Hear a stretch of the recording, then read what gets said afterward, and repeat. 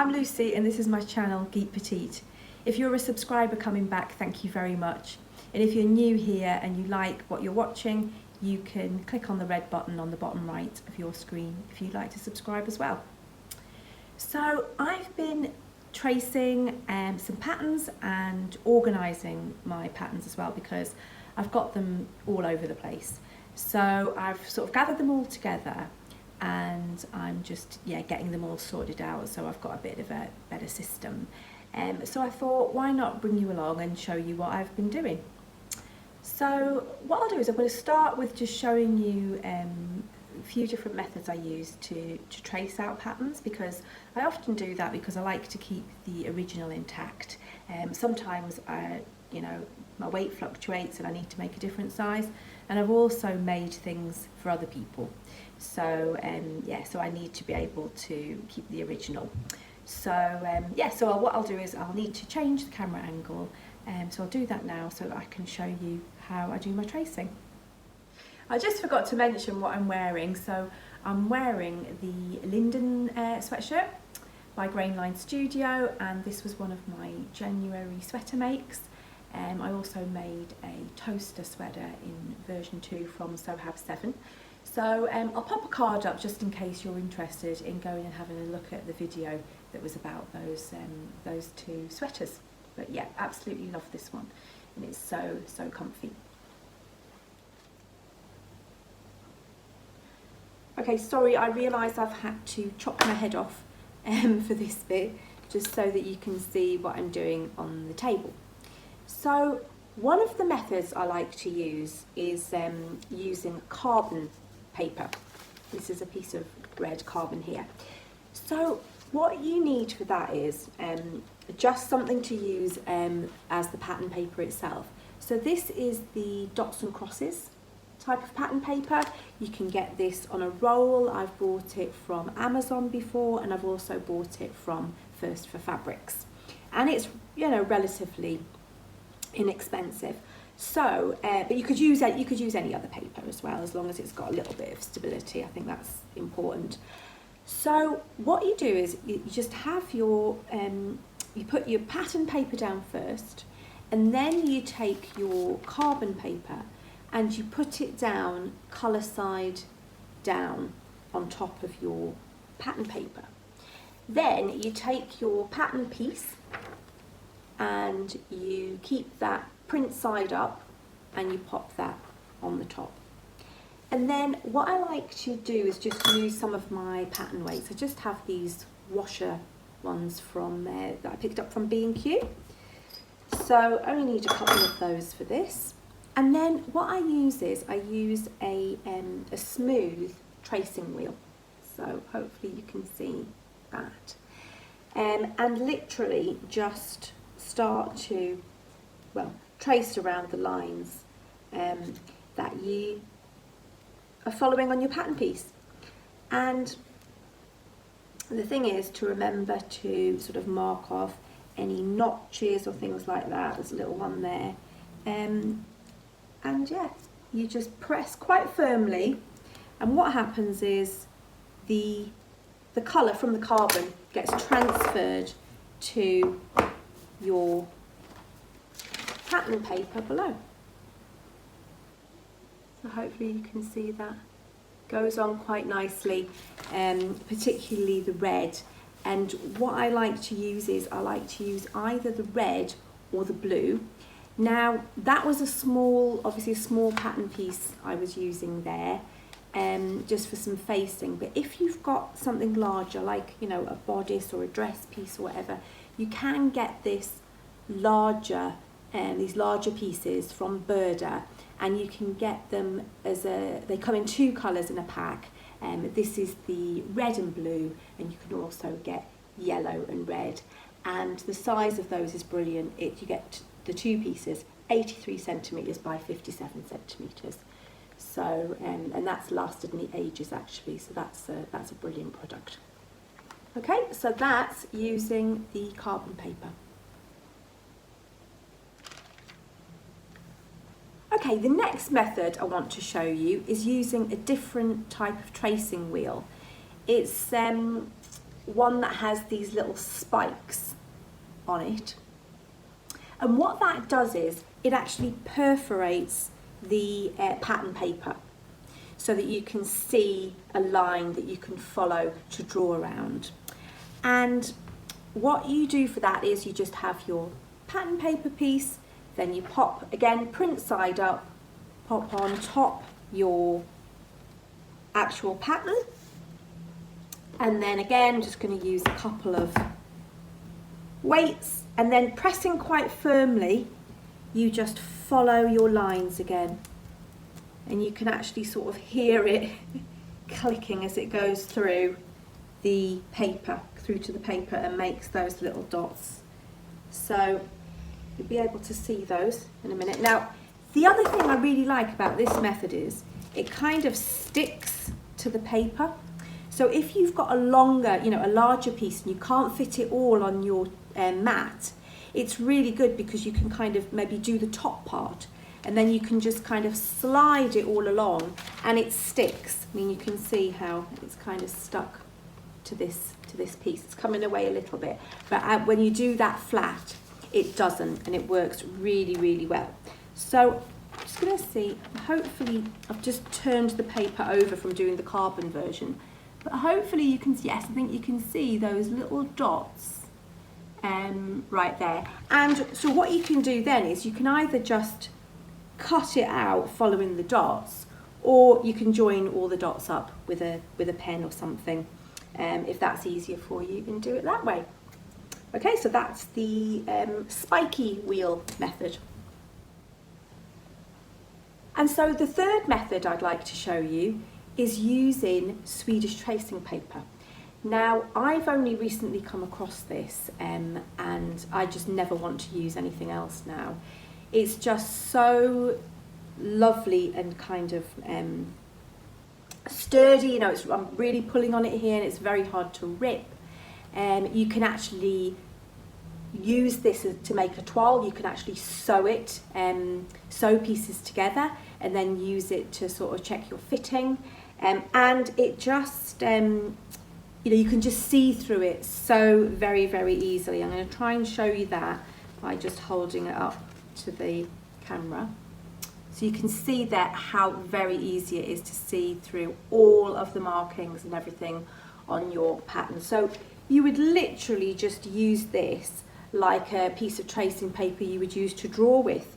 And again, I would probably just use a couple of weights and then draw around it, just using a pencil or a pen. I mean, the only thing is that, if you're using felt tips and things on this Swedish tracing paper, it does kind of bleed in a bit. I mean, it doesn't like damage it or anything, but maybe like a biro or a pencil would maybe be easier. And of course, you could use another type of tracing paper that's just nice and thin that you can see through. But like I say, I recently got some, actually it's here, you get it on a nice long roll like this. And I'll pop a description down so you can see just where I got mine from. But yes, absolutely love that tracing paper. So that is the Swedish tracing paper method. Okay, I've got my head back on and got a cup of tea. So let's talk about storing and organising patterns. So, like I said, I had sort of bits all over the place, so I've pulled everything together, and I had started to organise them maybe 2 or 3 years ago into these wallets. So these nice big A3 wallets. I think I got these ones probably from Amazon at the time, and then just recently I needed more, so I bought these ones as well. So you just get them in a multi-pack. They're not very expensive. I will pop a link below for anyone who's interested in getting them. Now, I wanted to use these because as you've seen with the, my tracing, I often trace off the pattern, so it's hard to get all the pieces back into sort of the original packet.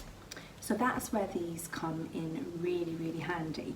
And you don't have to kind of fold them over and over and over. You know, you can keep them in quite large pieces. So that's a real benefit as well.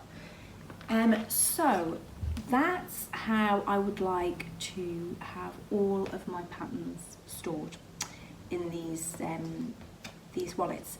Now, in terms of sort of organising them, what I tend to do is, instead of using one wallet per pattern, which seems a bit silly as, you know, you can fit more than that into them, I've kind of started, or I had started to categorise them, and that's what I'm going to continue to do. So just as a couple of examples, here I've started to put skirts together. So I've got the Delphine skirt, Tilly and the Buttons, and also the tulip skirt from So Over It. So I've popped those in the same wallet. So if I go through my other, if I go through this pattern pile and I have other skirts, I'll put them in there until that's full. So the next one is trousers.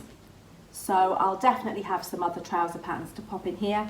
This is the Decades of Style pattern in here that I bought about 8 years ago. So hopefully I'll get round to making those up. But I've definitely got a few other trouser patterns that I can pop in with this one. And then here I've just got a baby and toddler one. So I've just got a few different patterns in there. And then I've started a jersey top one as well, which has just got it's got the Cocoa and the Agnes and the Molly in here. This one feels quite heavy. So I'm not going to show you all of them. They're just some examples. So I'm just going to keep going through the ones I've got. And the little labels. These are just I think they're just called address labels. And you can get them on a roll in a little box. And I usually just get them from the post office, but I think you can get them sometimes just in the supermarket stationery section. So if you want to get some of those, you should be able to do that very, very easily. So yes, so I'm really, really pleased that I've got around to doing this, because it's one of those things I've been wanting and intending to do for so long. And you know, it's just really annoying having bits and pieces all over the place, and so satisfying when you've got it all organised. So that is my aim for this weekend. I want to get it all done by the end of the weekend.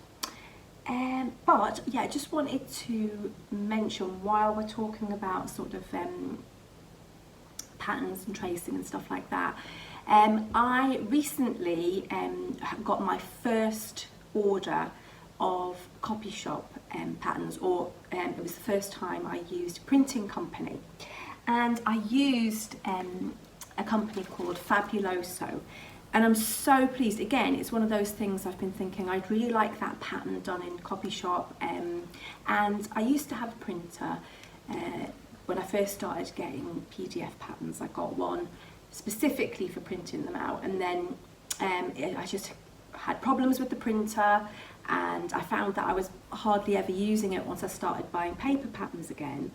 So I ended up with no method of printing patterns off. Just had a slight interruption there from a little person. So yes, where was I? Talking about the printing, getting the patterns printed. So yes, I didn't have any way of printing at home, so I thought, right, I'm gonna get some of these done. Now, a couple of them are from the Tilly book, Make It Simple, and I just find it really hard to sort of see where the pattern lines are, you know, because you've got them all kind of multi-layered and crossing over each other.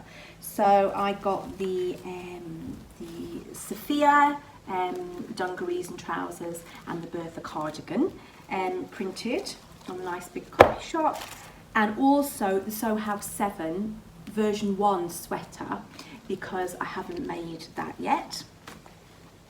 And this one I was really pleased with because it actually wasn't something I downloaded in A0. You couldn't get it like that, and it's a free pattern called the Movie Night Pyjamas, and it's a pyjama pattern for children aged between 12 months and 12 years. And I want to make my daughter some pyjamas. She wants matching ones to me, actually. She wants to match the Junie ones that I made. So I'll have to see if I've got enough fabric. But anyway, so I inquired about this, and what they said, I said, could you just print off the A4 pages for me and I'll stick them together because I just don't have a printer. And they said, no, what they can do is put it all on a large piece for me. Just had to tell them exactly which pages I needed printing off, because I didn't need everything, because I didn't need all of the sizes. And it's come out in colour as well, because it's got a colour key for the pattern sizes, which you can hopefully see just there. Yeah, so the whole pattern is printed out in the different colours, which is just going to make it so much easier for tracing out. So that is absolutely brilliant.